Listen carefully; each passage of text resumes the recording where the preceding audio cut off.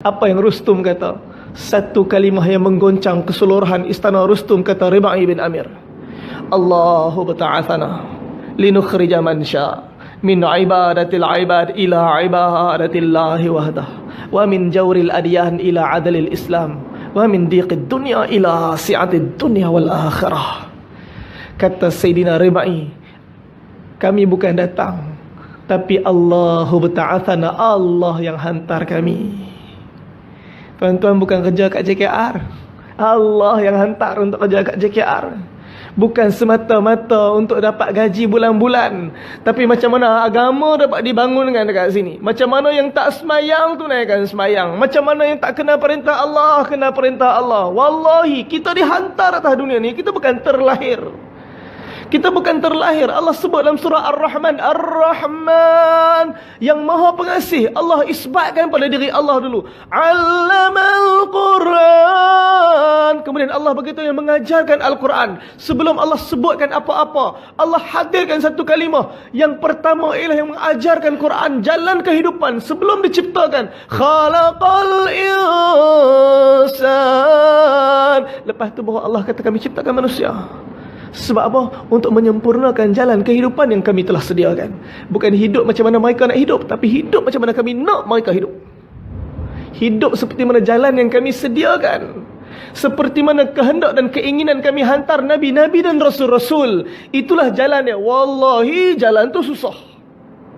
Khalaqal insan, mutlak penciptaan manusia, kata Allah, daripada kami.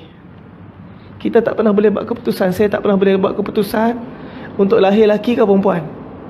Bila Allah kata lahir lelaki, kamu kena hidup sebagai lelaki. Kalau Allah kata lahir perempuan, hiduplah jadi orang perempuan. Kita tak pernah boleh buat keputusan nak lahir jadi bangsa apa. Kalau Allah kata Jawa, kita jadi Jawa. Kalau Allah kata Melayu, jadi Melayu. Kalau Allah kata dia lahir jadi Bangladesh, jadi Bangladesh. Pakistan, Pakistan. Kita tak boleh buat keputusan bangsa apa kita nak lahir. Dan kita pun tak layak untuk buat keputusan, dan langsung Allah tak letakkan keputusan untuk kita lahir di zaman mana kita nak lahir. Kalau lah saya tanya tuan-tuan pagi ni, tengah hari ni, kalau tuan-tuan nak lahir, boleh pilih untuk lahir zaman, tuan-tuan nak lahir zaman mana? Lepas tuan-tuan baca Syama'il Muhammadiyah, lepas tuan-tuan baca Hayatul Sahabah, lepas tuan-tuan baca kitab-kitab berkenaan dengan semangat perjuangan agama di kalangan orang-orang yang dulu, tuan-tuan nak lahir zaman bila? Ramai kata, saya sendiri kalau tanya saya kata nak lahir zaman Nabi sallallahu alaihi wasallam. Tak ingin nak semayang belakang Nabi sallallahu alaihi wasallam. Tak ingin sendiri nak dengar setiap perkataan yang keluar daripada mulut Sayyidina Habibuna Muhammadin sallallahu alaihi wasallam. Tak ingin sendiri berada dengan sahabat di depan daripada medan jihad, di saat Nabi dibaling dengan batu di Taif. Tak ingin nak tadah tangan daripada darah Nabi sallallahu alaihi wasallam. Tak kala di Uhud terpacak dua batang besi masuk dalam pipi, mematahkan gusi dan gigi Nabi sallallahu alaihi wasallam, mencurau mengalir darah. Para sahabat berkerumunan tahan daripada darah tu mengalir jatuh atas muka bumi Uhud. Para sahabat buat macam tu, tak ingin kita rasa kita pun nak berada di sebahagian sahabat tu. Tak kala Salman Al-Farisi cabut dengan gigi dia sehingga patah gigi dia kerana daripada besi yang melekat di pipi Nabi. Kita terfikir kalaulah kita ada melihat di saat dan ketika tu, kita rasa untung sangat kita, untung sangat sahabat masa tu. Tapi wallahi, Allah lahirkan kita di zaman ni atas maksud yang sama seperti mana sahabat dilahirkan di zaman tu. Sebab keputusan kelahiran ialah daripada Allah Subhanahu wa taala. Sebab tu Allah sebut, sebab tu Ribai sebut dengan yakin, dengan cinta, dengan iman, Allahu ta'ala, Allah yang hantar kami. Untuk apa? Linukhrija man sya', untuk keluarkan siapa saja yang Allah kehendaki, min ibadatil ibad, daripada menyembah sesama makhluk, sesama hamba, ila ibadatillahi wahdah, kepada menyembah Tuhan yang Maha Esa. Wa min jawril adyan, daripada kekejaman agama-agama, ila adlil Islam, kepada keadilan agama Islam. Wa min diqid dunya, daripada kesempitan dunia, ila si'atid dunya wal akhirah, kepada keluasan dunia dan akhirat. Tuan-tuan, Rustum bila dengar perkataan ni terkejut, bergoncang istana dia, terdetik keimanan pada hati dia, tapi kerana kemegahan dunia yang ada pada dia menyebabkan dia masih tenggelam dengan segala keangkuhan dan kesombongan ni. Tuan-tuan, Rustam kumpulkan tentera-tentera dia dan tanya apa pandangan kamu daripada perkataan orang Arab ni. Bergoncang hati mereka dengan perkataan sahabat. Kerana mereka orang yang meletakkan cinta Allah di depan. Mereka sikit pun tak takut nyawa mereka. Kerana mereka dan segala yang ada pada mereka, mereka faham adalah milik Allah Subhanahu Wa Taala secara mutlak. Mereka tak terlekat dengan kesempitan dunia. Kerana mereka melihat dunia, sayup mata mereka melihat ke negeri akhirat. Mereka melihat dunia, tapi mata mereka sampai ke negeri akhirat. Kita bila letak dengan kesempitan dunia, tuan-tuan, dunia ni sempit. Tuan-tuan kalau duduk kat tempat yang sempit, dalam lift ada 10 orang, kita nak bergerak pun tak boleh, stres. Terpijak kaki orang ni, terpijak kaki orang ni, bergaduh habis kiri kanan bergaduh. Sebab apa? Kita duduk dalam satu suasana yang sempit. Tapi kalau kita buka kita punya satu keadaan pandangan kepada keluasan negeri akhirat, tuan-tuan, luas negeri akhirat, takkan ada stres kat situ. Hari ni kita stres macam-macam. Kita kata kita cinta Allah. Orang yang benar mencintai Allah.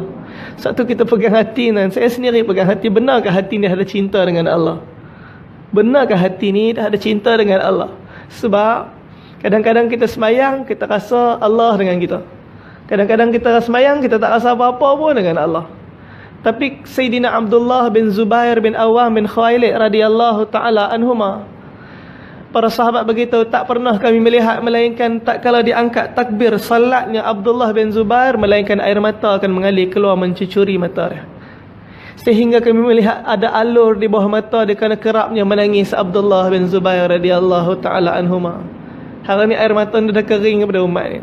Apa yang dianggap penting oleh Nabi, hari ni tak lagi dianggap penting oleh saya. Saya rasa duit lah benda yang paling penting. Saya rasa apa yang saya usahakan daripada dunia ni lah benda yang paling penting. Sampaikan manusia mati tak mengenal Allah, sikit pun tak lagi kesan pada hati saya. Tuan-tuan, Nabi tengok Yahudi mati, Nabi menangis. Nabi menangis tengok Yahudi mati. Mungkin saya tak rasa apa-apa lagi tengok orang bukan Islam. Kadang-kadang kita kata pula macam-macam. Tengok tu,